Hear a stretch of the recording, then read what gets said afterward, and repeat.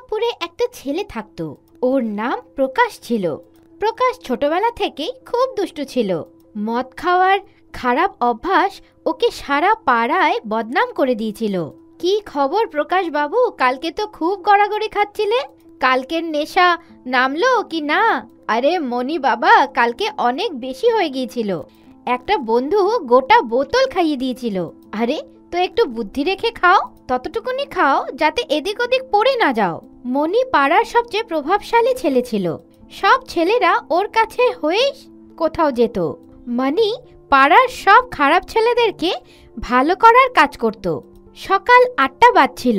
প্রকাশ নেশা না করেই একদিন সকালবেলা মনির বাড়ি আসলো। মনি দাদা, আজকে কিছু আয়োজন করা যাক, চলুন পিকনিক করতে যাই। কি রান্না হবে পিকনিকে খাওয়ার জন্যে? আমার জমিতে ফুলকপি হয়েছে, তার সঙ্গেই আলু মিশিয়ে আলু ফুলকপির তরকারি বানিয়ে নি। ঠিক আছে, তাহলে চলো যাওয়া যাক আজকে পিকনিকে। মনির ভেতর ভেতরে খুব চিন্তা হচ্ছিল, কি সিজন ছাড়া ফুলকপি কেমন করে হয়েছে। ও হাঁটতে হাঁটতেই নিজের চিন্তা দূর করতে চাইল। শুনো প্রকাশ, এখন তো ফুলকপির সিজন না, তাহলে তোমার জমিতে কেমন করে ফুলকপির চাষ হয়েছে? জানি না দাদা, অনেক দিন আগে কিছু অচেনা লোক আমাদের জমিতে এই ফুলকপিগুলো লাগিয়ে গিয়েছিল। আমি নিজে আজকে এটার প্রথম ফসল নিয়ে এসেছি। তার মানে তুমি এর আগে এই ফুলকপি কখনো খাওনি? না দাদা, আজকে প্রথমবার খাবো, তাও আবার আপনার সঙ্গে। চলো ঠিক আছে। মনি ফুলকপির গল্পে ধ্যান না দিয়ে পিকনিকের গল্পেই ধ্যান দিতে লাগলো। আলু ফুলকপির তৈরি হচ্ছিল, খাবার তৈরি হয়ে গিয়েছিল। আলু গোবির মশলাদার সবজি মন প্রস্ফুটিত করে তুলেছিল। একটা মিষ্টি সুগন্ধ সবজির থেকে বেরোচ্ছিল। আর সহ্য করতে পারছি না প্রকাশ, তাড়াতাড়ি খাবার বাড়ো, এই সুগন্ধ খিদা বাড়িয়ে দিয়েছে। এই নিন মনি দাদা, আমাদের দুজনের থালা তৈরি, চলুন খাবার আরম্ভ করি। খাবার শুরু করার সঙ্গে সঙ্গে একটা অচম্বিত করার ঘটনা ঘটল। থালায় বাড়া আলু ফুলকপির তরকারি যেই প্রকাশ ছুলো, ওটা নাচতে লাগলো নিজে নিজে।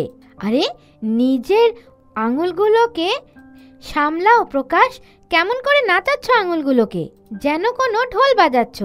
নিজে নিজেই হচ্ছে মনি ভাই এগুলো, আমি কিছু করছি না। যেই এই আলু ফুলকপি হাত দিয়ে ছুলাম, এই আঙুলগুলো নিজে নিজেই নাচতে লাগলো। সব কেরামতি এই আলু ফুলকপির সবজিরই। আমার প্রথম থেকেই সন্দেহ হচ্ছিল, কি সিজন ছাড়া এই ফুলকপি কেমন করে হয়েছে। এই আঙুল নাচানো কি ইশারা করছে? মনে হচ্ছে আঙুলগুলো তোমাকে ঢোলে তাল দেওয়ার জন্য বলছে। প্রকাশের আঙুলগুলো ঢোল শব্দ শোনার সঙ্গে সঙ্গেই নাচা বন্ধ হয়ে গেল। দেখো, এখন তোমার আঙুলগুলো নাচা বন্ধ করে দিয়েছে। এটা এই জাদুই আলু ফুলকপির সবজির ইশারা, এটাকে মেনে চলো। আঙুল যখন তাল দেওয়া বন্ধই করে দিয়েছে, তো চলো খেয়ে নি। হ্যাঁ চলো চলো, খাবারটা খেয়ে নি। কিছুক্ষণ পর খাবার খেতে খেতেই মনি কোনো কথা বলতে গেলেই গান গেতে গেতে বলতে লাগলো, মনি দাদা, এই জাদুই আলু ফুলকপির তরকারি তো আপনার উপরেও জাদু করে দিল। আপনি তো খুব ভালো গান করেন, মনে হচ্ছে তুমি ঠিক বলছো। এখন আমাকেও গান গাওয়ার দিকে ধ্যান দিতে হবে। মনি যেই এই কথাটা স্বীকার করলো, ওর আওয়াজও নিজে নিজেই ঠিক হয়ে গেল। পরদিন মনি আর প্রকাশ আবার দেখা করলো। প্রকাশ এখন নেশা করেছিল আর মনির বাড়ির বাইরে পড়েছিল। প্রকাশ, আসো প্রকাশ, তোমাকে কতদিন বলেছি কি এইসব সস্তা নেশা করে নিজের জীবনটা বরবাদ করো না। তোমার জাদুই আলু ফুলকপির ইশারা তুমি ভুলে গেছো। চলো বাড়িতে আর স্নান করে নাও। আমি তোমার জন্যে মন্দির থেকে ঢোল নিয়ে এসেছি বাজানোর জন্যে। মনি দাদা, আমি তখনই বাজাবো যখন আপনি আমার সঙ্গে গান করবেন। ওই আলু ফুলকপি আপনার ওপরেও তো জাদু করেছিল। ঠিক আছে, যাও আগে স্নান করে আসো তাড়াতাড়ি। স্নান করার পর প্রকাশের নেশা নেমে গেছিল। ওখানেই মনি ওকে ঢোল দিল। ঢোলের ওপর হাত দেওয়ার সঙ্গে সঙ্গেই আলু ফুলকপির জাদু আবার চলতে লাগলো। ওর আঙুল এখন ঢোলের ওপরে নাচছিল। কিছুক্ষণ পর জাদুর প্রভাব মনির ওপরেও হলো আর ও গান করতে লেগে গেল। বাহ প্রকাশ, কি বাজাচ্ছ বাবু? দাদা, আপনিও কি গান করছেন? জাদু তো আপনার উপরেও হচ্ছে। চলো এখন তাল দাও আর এই গানটা শোনো। একদিকে প্রকাশ তালের ওপর তাল দিয়ে যাচ্ছিল, আর ওদিকে মণি ওর সঙ্গে সুরের সঙ্গে সুর মেলাচ্ছিল। ঢোলক আর সুরের এই তালমেল পাশে থাকা উস্তাদজির কান অবধি পৌঁছলো। ওহো, কি সুর আর তাল! এই মণি আর প্রকাশ আমার কোম্পানির জন্যে একদম সঠিক চেহারা হবে। উস্তাদজি একটা মিউজিক প্রোডাকশন হাউসে কাজ করত। ওনার কথায় মণি আর প্রকাশের গানটাকে কোম্পানির লোকেরা পছন্দ করলো, আর ওদেরকে ভালো পয়সা দেওয়ার জন্যও তৈরি হয়ে গেল। চলো প্রকাশ, এই গানে তাল দাও। ঠিক আছে মণি ভাই, চলুন সুর মেলান।